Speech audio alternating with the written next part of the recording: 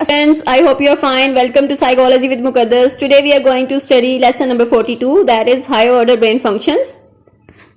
So let's start. You see the image of brain or the brain areas. So Broca's area जो है brain के frontal area में है, and then Wernicke's area temporal lobe में है, and then motor cortex आपके frontal lobe में, auditory cortex temporal lobe में एंड सेंट्रल सर्कस, और ये ब्रेन के सारे एरियाज हैं. एंड देन जो हायर ब्रेन का एरिया है वो कॉर्टेक्स है जो कि मोस्ट इवॉल्व है.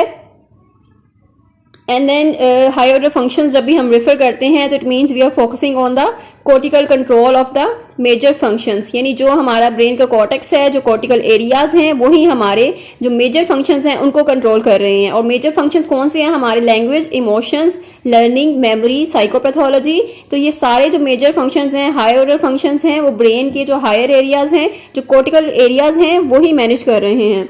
एंड देन लैंग्वेज के बारे में है. लैंग्वेज मोस्ट हाईएस्ट जो ऑर्डर फंक्शन है, एंड लैंग्वेज जो है मोस्ट इवॉल्व है इन ह्यूमंस. कम्युनिकेशन के लिए मोस्ट इंपॉर्टेंट है, and it is also different in humans rather than other creatures. So animals में भी ये डिफरेंट है और ह्यूमंस में ये मोस्ट इवॉल्व है. और कम्युनिकेशन पैटर्न देखते हैं, languages we use different languages, so that's why our brain is more evolve and it is involve in the major cortical functions. और next you can see the squirrel monkeys language comes under limbic control. humans में vocalization होती है both limbic non verbal होते हैं उसमें, और cortical areas भी verbal and symbolic भी होते हैं.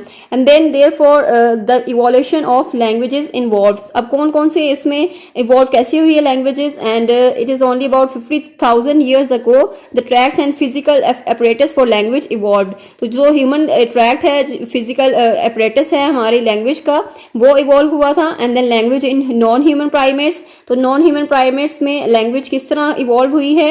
एंड देन चिंपैंजी हैं लाइक, तो वो चिंपैंजीज जो हैं वो उस तरह की लैंग्वेज जो है उनकी कैसे डेवलप हुई है, वो कितना बोल सकते हैं. तो चिंपैंजी सिर्फ कॉपी कर सकते हैं, वो अंडरस्टैंड कर सकते हैं, बट उनकी वोकलाइजेशन उस तरह से नहीं होती जिस तरह एक ह्यूमन जो है डिफरेंट वर्ड्स को डिफरेंट वे में बोल सकते हैं. जबकि प्राइमेट्स जो हैं, जो मंकीज हैं, चिंपैंजीज हैं, वो उस तरह नहीं बोल सकते, वो लैंग्वेज को नहीं, इस तरह वोकलाइजेशन जो है उनकी नहीं होती.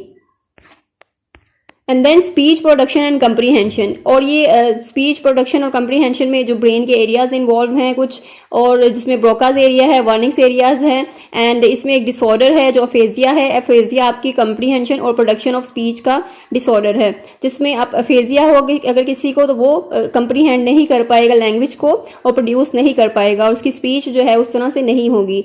स्पीच प्रोडक्शन क्या है? इस बेस्ड स्पीच प्रोडक्शन जो है आपकी डिफरेंट एबिलिटीज पे बेस करती है, सेंसेशन पे, परसेप्शन पे, आपकी मेमोरीज पे, इमेजिनेशन पे, कनेक्शन पे, पास्ट एंड प्रेजेंट के बिटवीन, एंड वोकल कैपेबिलिटीज भी हैं, आर्टिकुलेशन भी है आपकी. पॉल ब्रोका जो थे फ्रेंच न्यूरोलॉजिस्ट, उन्होंने सबसे पहले डिस्कवर किया था Broca's area. And then aphasia, Broca's aphasia कहते हैं, जो आपके ब्रोकाज एरिया में अफेजिया है, यानी जो आपकी स्पीच प्रोड्यूस होती है वहां से ही कोई प्रॉब्लम है.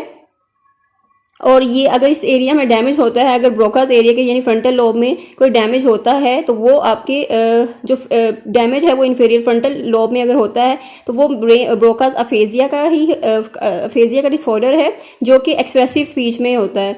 यानी इसमें आपकी स्पीच जो है वो नॉन फ्लुएंट होगी, आप उस तरह से अपने आइडियाज को एक्सप्रेस नहीं कर पाएंगे, आप फ्लुएंट नहीं बोल सकेंगे, तो आपके जो वर्ड्स हैं वो मिसप्रोनाउंस भी होंगे, एंड उसका जो आप अटक अटक के बोलेंगे या फिर इस तरह सम इस तरह मतलब सोच सोच के बोलेंगे, और आपकी जो ग्रामेटिकल मिस्टेक्स हैं वो भी होंगी.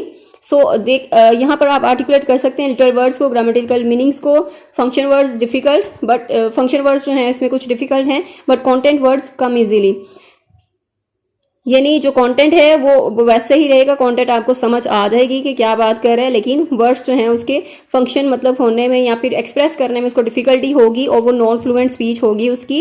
एंड स्लो लेबोरियस, यानी बहुत मुश्किल से वो अपने जुमले को कंप्लीट कर पाएगा. सो ये डिसऑर्डर है. And then their speech is telegraphic होती है उनकी speech, and then there is no impairment of speech comprehension.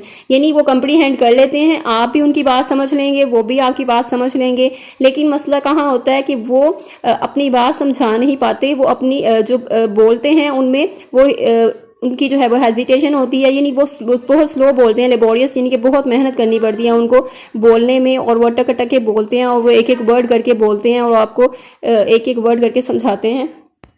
सो ये जैसे उन्होंने एग्जांपल दी है ऊपर भी, Paul and dad hospital wed 9 PM, यानी इस तरह वो पॉज ले लेकर बोलेंगे और उसमें ब्रेक्स लेंगे अपने जुमले को कंप्लीट करने में।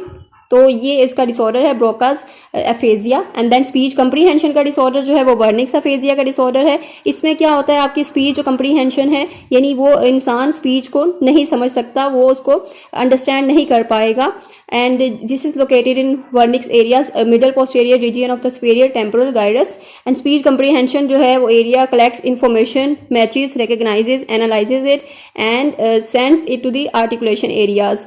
तो यहाँ पर जो स्पीच कंप्रीहेंशन है, इसमें ये एरियाज इन्वॉल्व हैं सारे। इसमें आप इंफॉर्मेशन कलेक्ट करते हैं, मैच करते हैं, रिकग्नाइज करते हैं, उसको एनालाइज करते हैं। जब अगर इस एरिया में डिसऑर्डर है वर्निक्स एरिया में, तो दैट इज वर्निक्स एफेजिया, यानी आपकी स्पीच अंडरस्टैंडिंग में, स्पीच कंप्रीहेंशन में डिसऑर्डर है। आप उसको कलेक्ट नहीं कर सकते, आप उसको रिकग्नाइज नहीं कर सकते, आप उसको उस तरह मैच नहीं कर सकते, एनालाइज नहीं कर सकते। सो ये अगर इस एरिया में डैमेज हो जाता है तो ये it leads to receptive speech disorder. Primary characteristic Wernicke's aphasia is the speech appears better than Broca's fluency rhythm, यानी यहाँ पे रिदम का डिसऑर्डर नहीं है। जो ब्रोकास फ्लुएंसी में हमने देखा था कि ब्रोकास एरिया में अगर वो डिफेक्ट होता है, ब्रोका एफेजिया होता है, तो उसमें फ्लुएंसी का डिसऑर्डर है और फ्लुएंट नहीं है वो अपनी स्पीच में। लेकिन जो वर्निक्स का एफेजिया है, इसमें वो फ्लुएंट है अपनी स्पीच में, बट क्या है कि इट डजंट मेक सेंस, उसकी जो भी कंटेंट है वो कोई सेंस नहीं बनाता, उसकी अजीब ही लैंग्वेज होगी और वो कंप्रीहेंड, वो उसको अपनी भी समझ नहीं आएगी और आपको भी उन वर्ड्स की समझ नहीं आएगी। और इस तरह ये न्यूरोसाइकोलॉजिकल टेस्ट है स्पीच कंप्रीहेंशन का करते हैं जो पेशेंट, इसमें टेस्ट किया जाता है two questions of receptive speech, जैसे कि point to pen your nose, यानी उसको बोला जाता है करने के लिए कि वो कंप्रीहेंड कर रहा है या नहीं, जो उसको इंस्ट्रक्शंस दी जा रही हैं वो उसको फॉलो कर रहा है या नहीं। सो अगर उसमें डिफेक्ट होगा तो वो उस इंस्ट्रक्शन को फॉलो नहीं कर पाएगा। तो डेफिसिट जो है वह सिमेंटिक लेवल पे होता है, यानी आपको वर्ड्स की समझ नहीं आएगी। तो deficit is in understanding speech and it's meaning, ना स्पीच की समझ आएगी ना उसके मीनिंग की समझ आएगी, और इस तरह आपको पता भी नहीं चलेगा कि आपने क्या करना है। तो that is about the aphasia, Broca's aphasia and then Wernicke's aphasia. I hope I made it clear. If you have any confusion, you can ask in comment section. Don't forget to share this video with other students, and don't forget to subscribe and please press the bell icon also, and that way you will get the updates of new videos. So मिलते हैं next lecture में. Till then take care. Allah Hafiz.